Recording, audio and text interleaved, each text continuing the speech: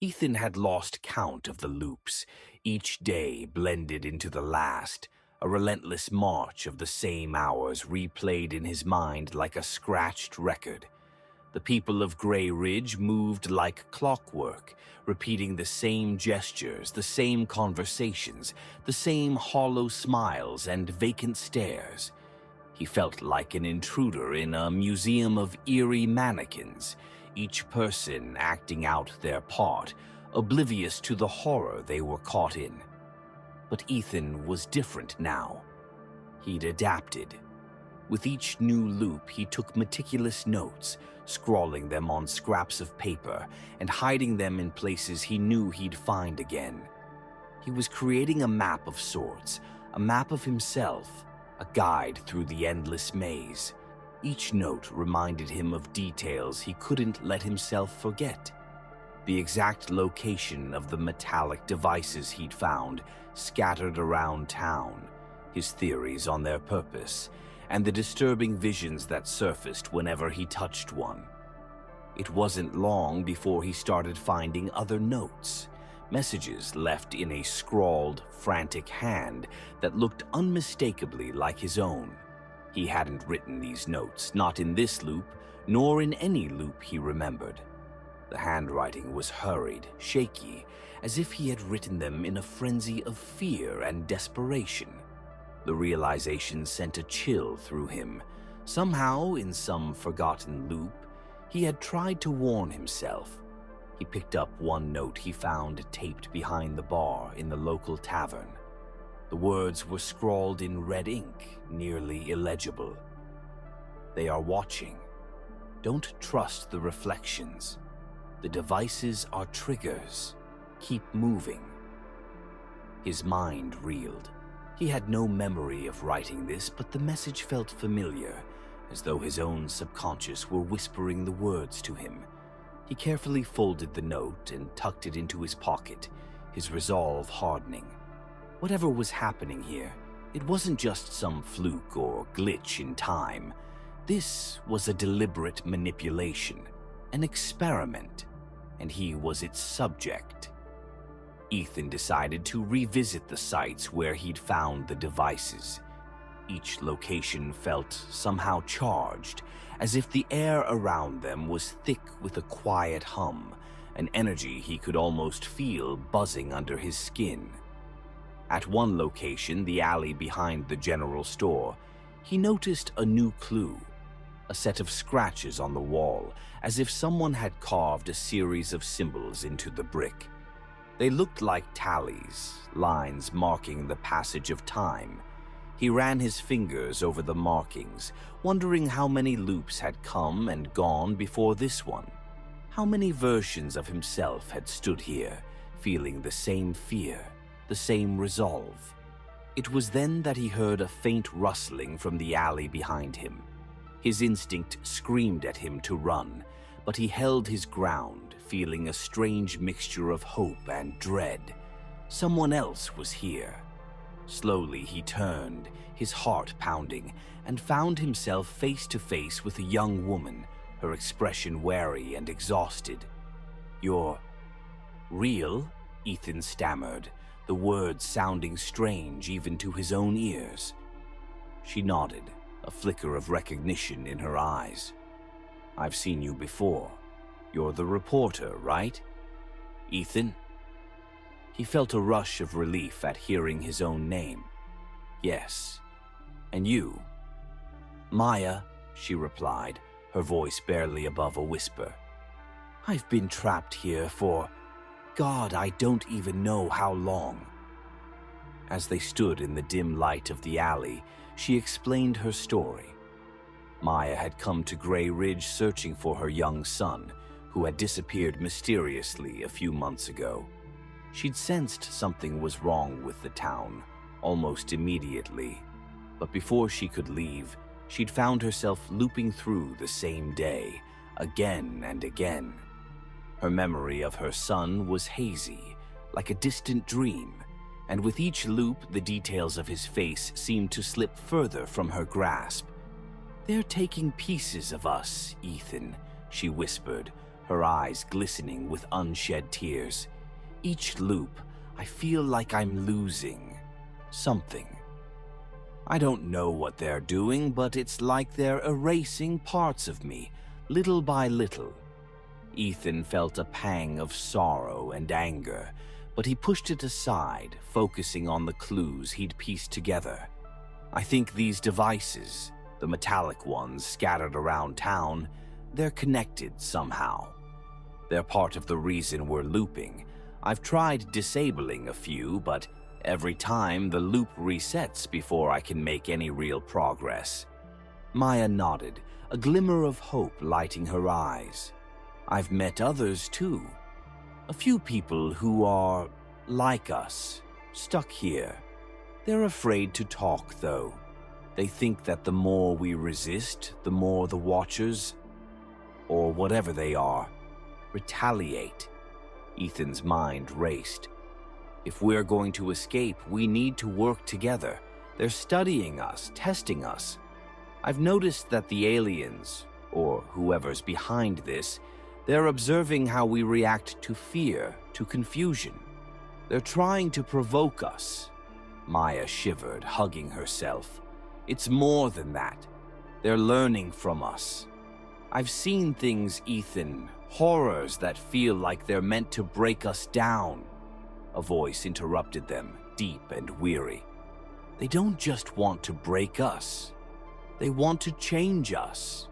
Ethan and Maya turned to see an older man, his face etched with lines of exhaustion and fear. He introduced himself as Harold, a former soldier who had also become trapped in the town. His hands trembled as he spoke, and his eyes held the haunted look of a man who had seen far too much. "I've been here longer than either of you," he said, his voice gravelly. "I've seen others come and go. Or worse, they're manipulating us, testing our limits. And I think..." He hesitated, as if weighing whether to share the thought. "I think they're looking for something specific. They want to see what happens when we're pushed to our breaking point." The three of them gathered in the dim light of a street lamp, sharing what little they knew.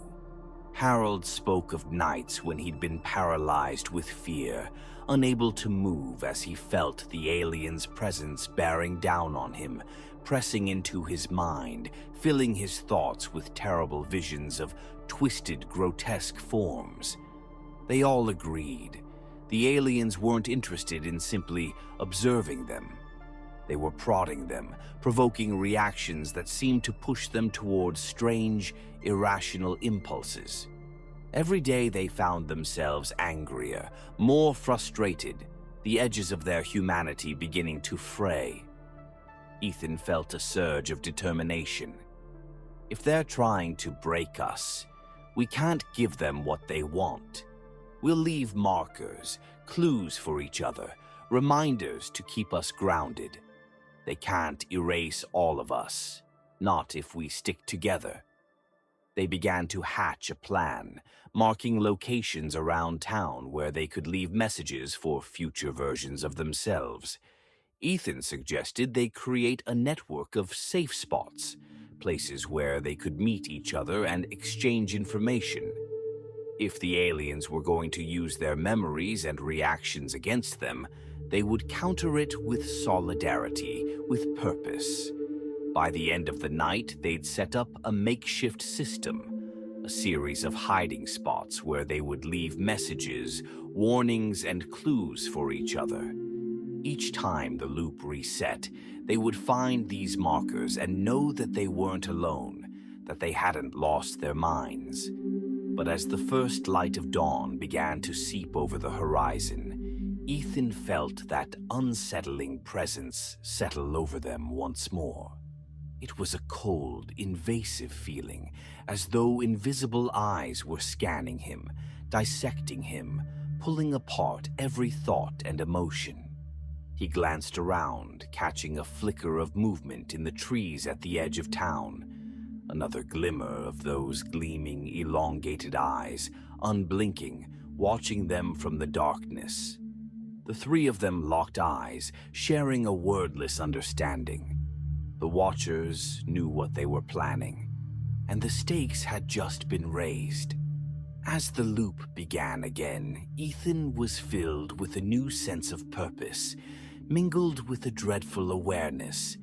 They were being hunted by something far beyond their understanding, and every move they made was part of a game with rules he had yet to decipher.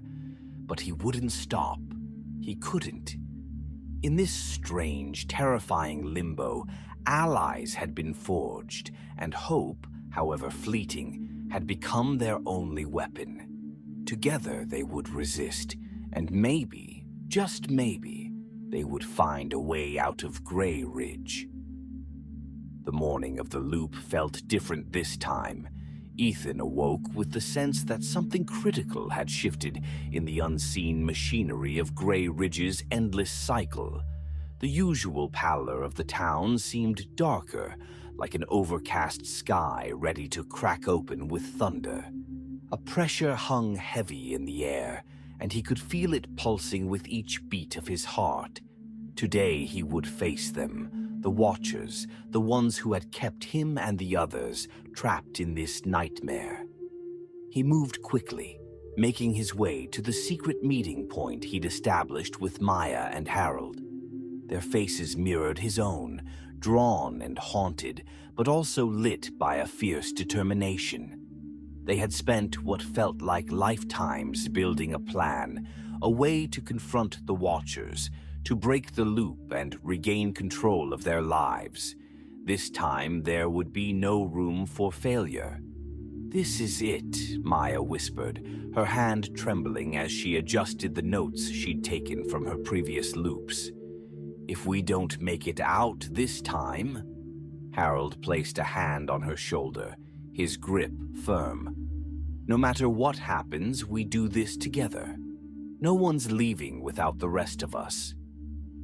Ethan felt the strength of their unity, a fragile but unbreakable bond forged through shared terror and resilience. They knew the town by heart now, the small network of markers they'd left for themselves like breadcrumbs leading back to their humanity. But it was more than just the town they'd come to know. They'd pieced together bits and fragments of the Watchers' motives, understanding that this wasn't just an experiment. The Watchers were searching for something deeper, a quality embedded in human resilience, something tied to survival.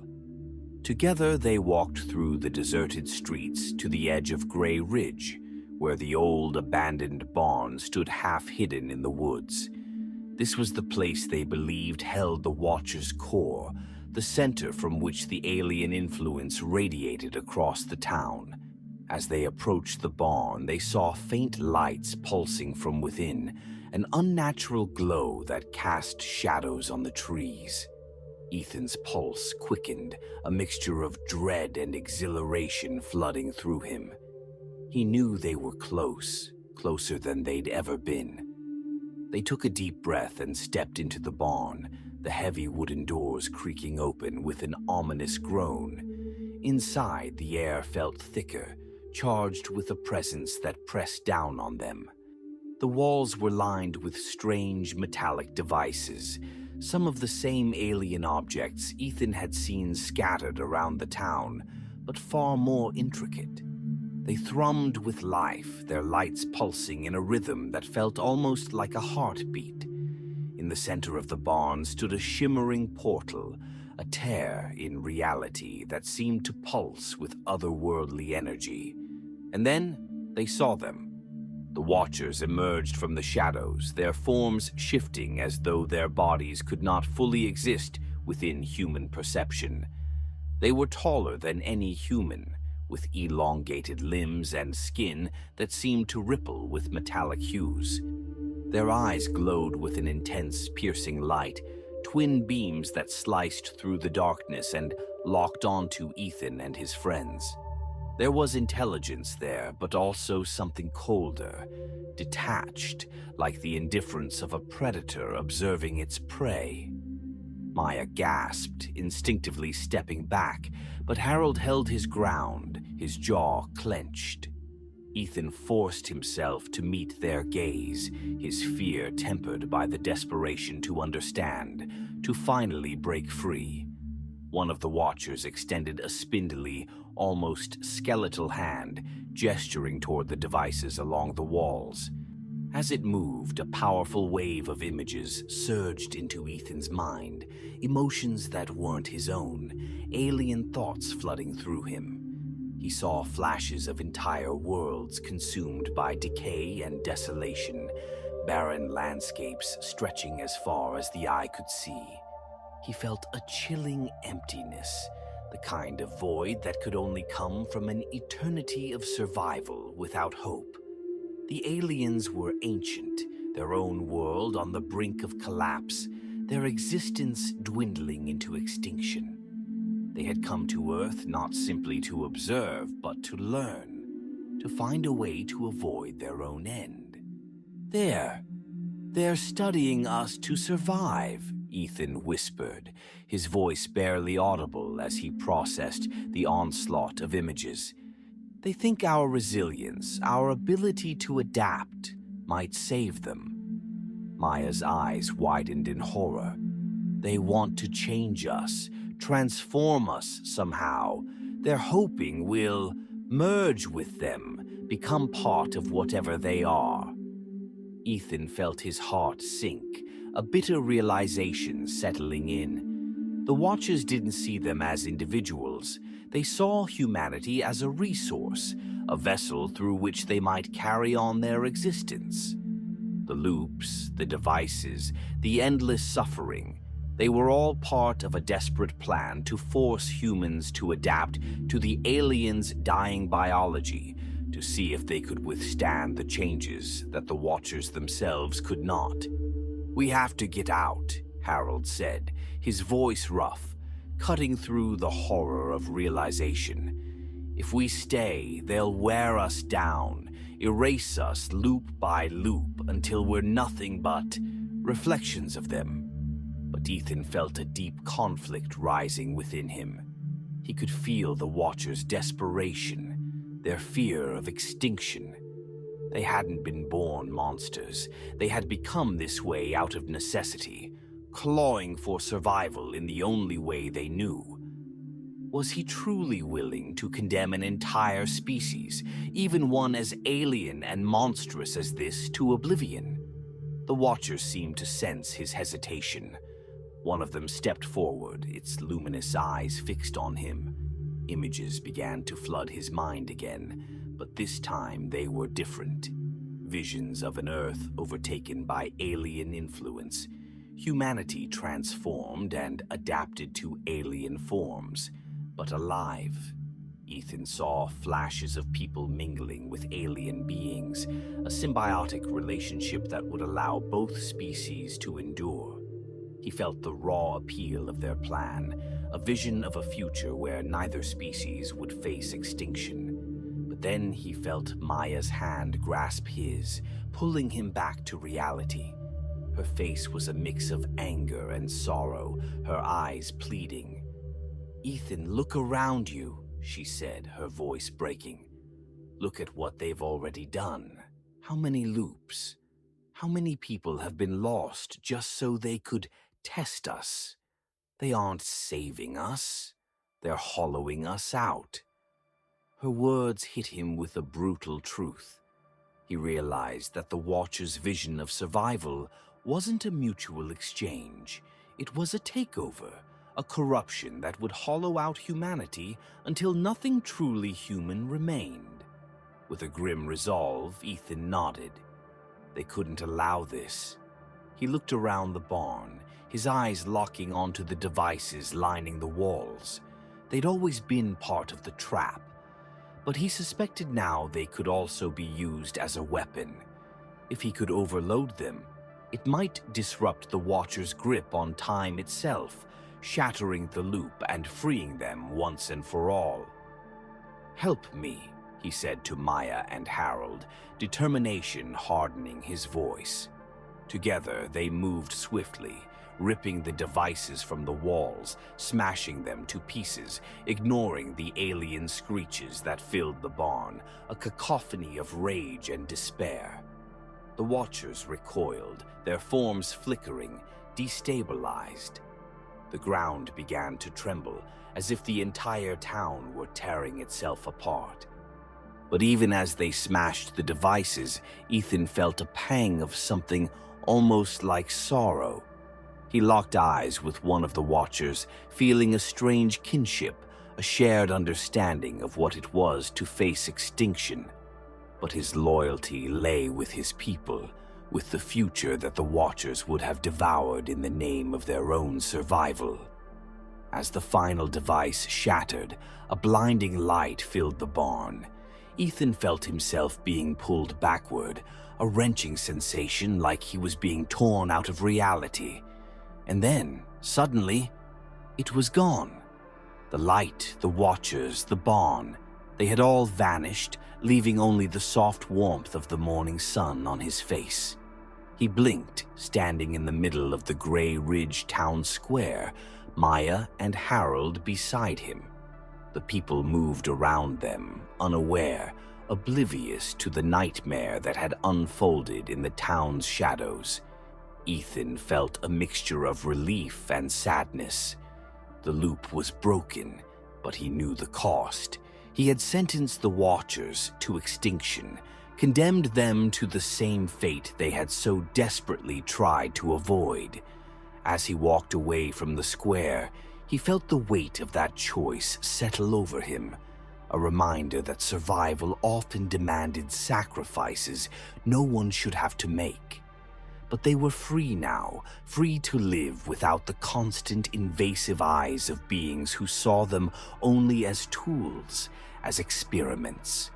And yet, as he glanced back at the town, he couldn't shake the feeling that their presence still lingered, a silent question etched into the fabric of reality. What would you sacrifice to survive?